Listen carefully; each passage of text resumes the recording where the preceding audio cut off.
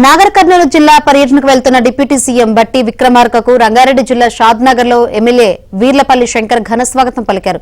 ఇచ్చిన మాట ప్రకారం లక్ష్మీదేవిపల్లి ప్రాజెక్టు నిర్మిస్తామని బట్టి విక్రమార్క అన్నారు. త్వరలో సీఎం రేవంత్ రెడ్డితో మాట్లాడి భూసేకరణ ప్రారంభిస్తామన్నారు.